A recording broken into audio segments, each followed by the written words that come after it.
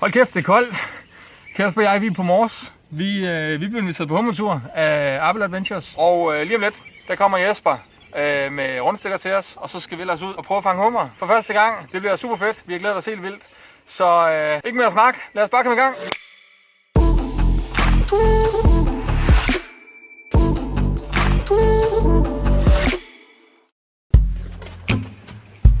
Godmorgen, ja. Hej med jer. Hej med dig, Jesper. Ja, vi er gået i gang. Vi kommer bare til at snakke om der, at det kan godt være 5 mm, det måske lige var kendt. Jeg tror godt, det vil være normalt at have 7 mm. Jeg tror ikke, han kan være en 6. 5 jo. Ja, 5, det kan han også passe. Det garanterer dig for. Jeg er ikke den eneste dykker i en 6. Den der. Det ved I mere om, jeg gør. Jesper og Rasmus lige køre tilbage for at fikse et par adretter til os, fordi vores de er kun 5 mm, og de anbefaler kraftigt 7 mm. Derudover så de vil gøre ribben klar, og så skal de ud og lære os, hvordan man fanger de her hummer. Og vi får pakket vores ting, så mødes vi hjemme med Jesper, så ses der! Hej!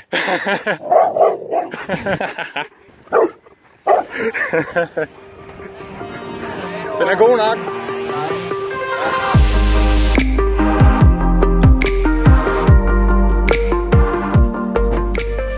Ja, det er jo noget andet, ikke? Så man har vin papkasse. De skal jo bare så tæt. De skal så tæt. Ja. Altså, jeg synes, at de sidder meget tæt. Altså, det er jo sådan, men det kan godt ske, det ja, men det er også fordi, I ikke smører først, ikke? I har jo taget den der... Jeg har bare lige taget den der spray, og så tager på, og så... Hvordan kan I det? På sådan her? Ja, sådan her. Elegant bevægelse ned i den, og så...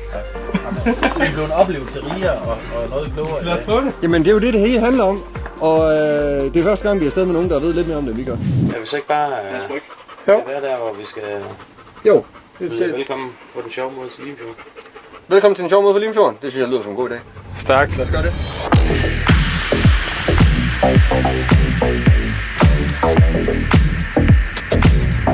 Rasmus han skulle være skide dygtig til at finde månevandet, og Jesper skulle være ekstremt dygtig til at vide, hvor alt er, og kende Limfjorden fuldstændig til tegn på optiden. Thomas Christensen, der lige nævnte, hvad var det? Hummerviskeren. Han var i hvert fald Jesper, han har kaldt hummerviskeren. Hummerviskeren. Det lyder som en udmærket måde at komme ud og finde hummer på.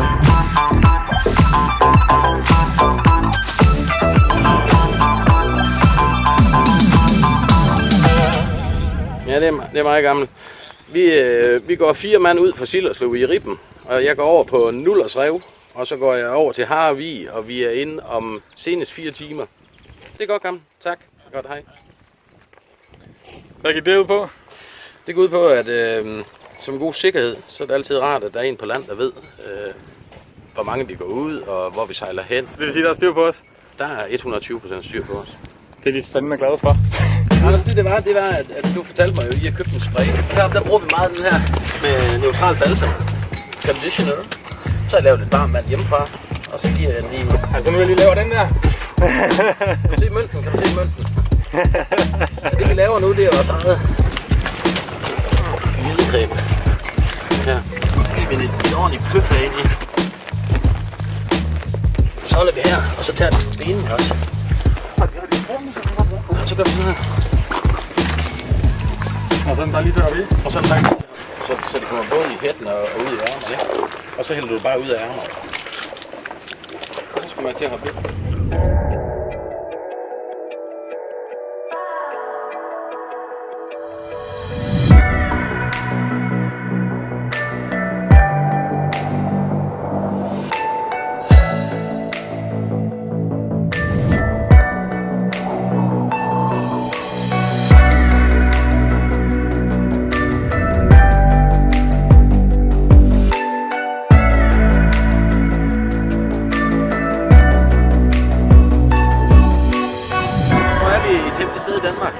Vi vil scanne bunden, fordi det vil vi gerne finde. Vi vil gerne finde nogle stenrev. Jeg kender Limfjorden ret godt, og jeg ved, der er sten her. Ja.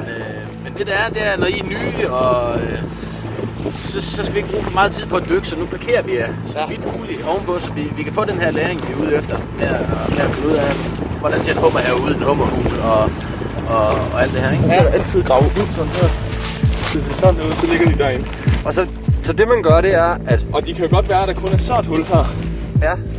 Men så tager man bare en dyk, og så lyser, ikke? Ja, og så måske er der en hummer derinde. Okay, men Jesper snakker også noget, hvad fanden han kaldte det? Hummerhave? Det er en forhave det her, fordi det er gravet ud. Ah. En forhave. Så det du gør, det er, at du kommer egentlig helt op fra, ja. Og så... Så går man ned, og så har man sin ankerbøj med. Vi laver et lille anker, man svømmer med i en lille bøje. Og grunden til, at vi kan tillade os at bruge en lille bøje i dag, det er fordi, vi har dykkerflag på.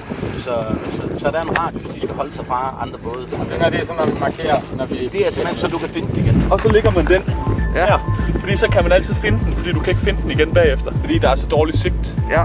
Så ligger man sin anker, og så går man ned og så søger man hulen. Og så tager man ved sin bøjle igen, og så flytter du til næste hule, hvis der ikke er en hummer er. Så man tager den skridt for skridt. En hule af gangen. Ja. Og hvis der så er en hummer dernede, så lader man bare det der anker blive der. Ja. Fordi så ved man, hvor den hule den er hele tiden. Så går man ned, så starter man måske med at banke her på. Ja, når vi kommer ned og skal have hummeren ud af hulen til at banke på med. Og så måske så kan man prøve at se, at man kan komme ind herfra og prøve at jage den ud bagfra. Og så måske så vil den så kravle ud her, eller? Man kan jo være frygtelig dybt i huler. Og det kan også være, at du kan se, at pløren de ligger her. Ja. Fordi den ikke kan være der ikke. Ah, så det vil sige, at den kan være så stor, at den kan faktisk ikke være i sin egen hule. Ja. Det er den her, der er til at måle. Hvordan går det? Bagerst øjenhule. Til slut rygskjold. Så vi tager hummeren op og måler. Sætter den bagerst i øjenhulen, og hvis den er længere end det her 87 mm til bagerst rygskjold, så er den god nok. Den bøj her, det er, at vi sætter et hummernet på. Det vil sige, at når I er heldige, at I har fået en hummer, og den er over størrelse, og den ikke har rov, så kommer I hummeren hernede i og lukker igen. Godt. Jeg tjekker lige, om det her det er stedet. Det er jeg ret sikker på, det er. Okay. Så du var scout? Jeg kan da godt hurtigt vende mig til at have en guide med på den her måde.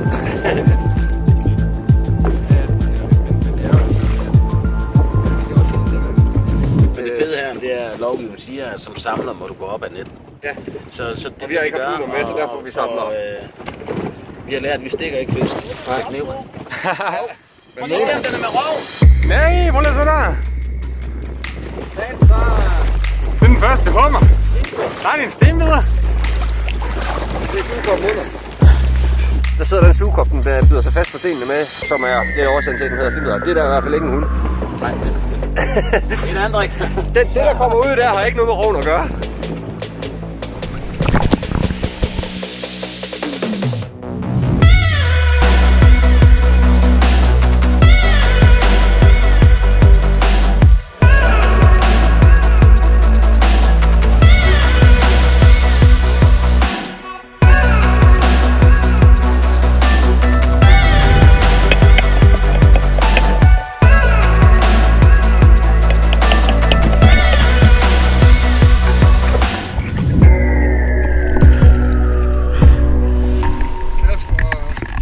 Ligger derude, og vi har nok taget, jeg ved ikke, 20 dyk på den samme hummer eller sådan noget. Og man går bare ned igen, og igen, og igen, og lige en gang mere. Det er kraftedeme hårdt, mand.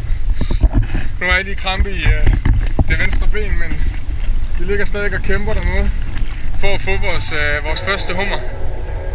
Kom så, Kasper.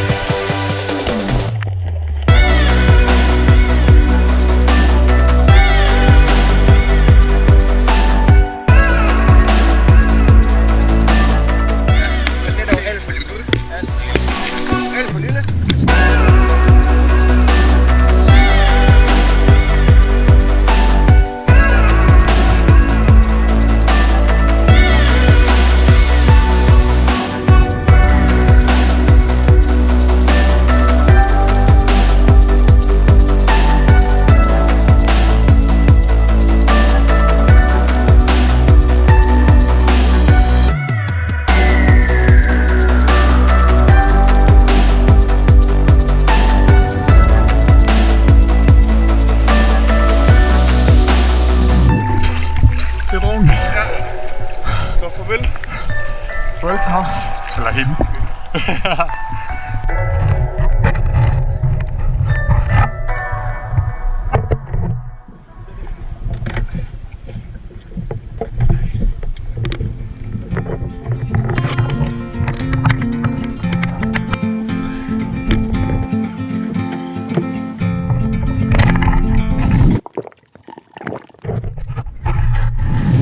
så vil vi bruge 20 minutter her, og så vil vi opgive. Vi kan ikke se en skid, men der er ikke noget, der er ikke fisk, der er ikke fisk.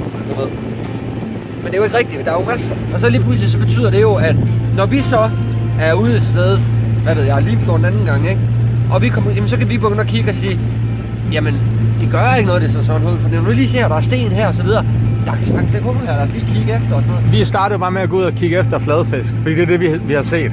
Ja. Og det er jo det, vi har kunne se, at det er det, man skal starte med for at komme i gang. Og det her, det er bare... Altså, det er skridtet op. Ja, det er lige et skridt jeg mere. Jeg kan også mærke, det er skridtet op, og jeg kan også mærke hele det der med, at man skal ikke op og ned og op og ned og op og ned. Men hjalp dig det med, at jeg sagde det der med at finde ro? Jeg prøvede virkelig at gøre noget mere ud af det her med, ligesom at... Ja, sådan du ved, trække det dybt og ned, og så når man ligesom skal til at dykke, så bare lige... Og så bare stille og roligt, ikke? Og når man så kommer ned, så egentlig også bare glide, i stedet for at... Hvad ved jeg, baske for vildt rundt. Så faktum er, du kan finde en hummerhave, du kan finde en hummerhul, du kan finde en hummer, og du kan tage en hummer. Ja, jeg har set dig, hvordan du lige klikker rundt. For den første derovre, ikke også? Da jeg startede med den og klikkede rundt og sådan noget der, ikke også? Altså, nu banker jeg bare lidt her og der, og der skete jo ikke ret meget. Og så kunne jeg se, hvordan du begyndte at banke. Men du bankede ikke sådan der, hvor jeg bankede. Du banker lidt bagved den. Jeg banker faktisk foran, så den vil ud og angribe mig. No. Den vil ud og ligesom forsvare sin hul, ikke? Vil man simulere en anden hummer, som den skal ud og skræmme væk? Der er mange, har jeg hørt, når de for eksempel har en undermåler. Ja. Så tager de undermåleren og sidder foran hulen, og så kommer den anden hummer ud og vil tage den, og så tager man den store hummer og lader undermåleren tage. Ja. Det er der nogen, der bruger. Ja. Og det, jeg synes, der er vigtigt, det er, at ved jagt, hvad er jagten på hummeren? Præcis. Når du ser hummerhuler, hvor taget er pillet af, det er hummerhøst. Ja, det er jo udlæggelse af biotoper dernede, ikke? Ja, og det er for mig ikke noget med UV-jagten at gøre. Det er med, at du sådan 20-30 gange. Men det er jo sådan noget her, jeg godt kan lide. Du ved, og skal lokke den ud, som du så siger, det er jagt. Ja, man kan bare pille af og ødelægge og så videre. Men det er jo ikke det handler om. Altså, at komme ud og være og se og mærke og skal overtale den her hummer. Og når det så det hele lykkes, og man kommer op sådan, som vi kommer op der, og det lykkes, når man kommer ud, og vi har haft 3-4 stykker, så er det fedt. Det er sådan, det... Så missionen er lykkes. Ja. Nu kommer eksamen jo så, og det er jo, at nu det der er planen med min invitation, det er jo, at nu i morgen skal I jo så ud og så bestå eksamen. Ja, Og det bliver fedt, Kasper. Det glæder vi os til. Og den får du først at se, når vi lægger den op. Teamwork. Yes, stærk. Du får den også lige. sådan. Og Rasmus, du kører din egen show helt over, og 200 meter væk. Stærk. Lad os få tændt for svinet om, og så... Ups, det kan du også.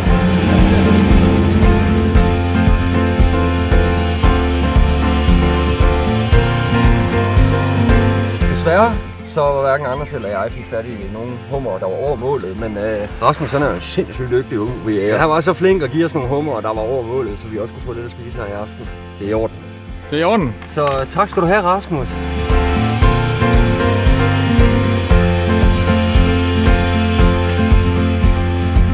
I dag har vi ude at lære at fange hummer, og i morgen der står den på eksamen, og der skal vi selv ud, og det bliver fra stranden.